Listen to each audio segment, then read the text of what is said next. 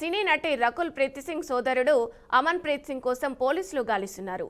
ఈ నెల 19న హైదరాబాద్ బంజారాహిల్స్ సమీపంలోని మాల్ వద్ద ఈగల్ మాసబ్ ట్యాంక్ పోలీసులు మాదక ద్రవ్యాలు సరఫరా చేస్తున్న నితిన్ సింఘానియా ఫర్నిక్ సంగిలీలను అదుపులోకి తీసుకున్నారు. వారి నుంచి 43.7 గ్రాముల కోకైన్, 11.5 గ్రాముల MDMA స్వాధీనం చేసి కేసు నమోదు చేశారు.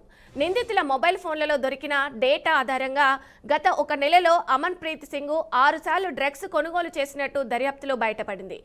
ఆన్లైన్ ద్వారా వారికి నగదు చెల్లింపులు చేసినట్లు కూడా పోలీసులు గుర్తించారు.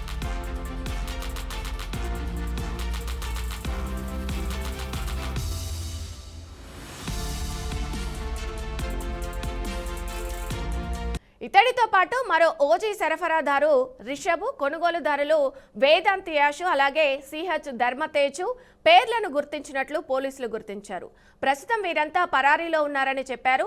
అంతేకాక పట్టుపడ్డ నిందితులు విదేశీ డ్రగ్స్ ముఠాలతో చేసిన చాటింగ్ను కూడా పోలీసులు స్వాధీనం చేసుకున్నారు.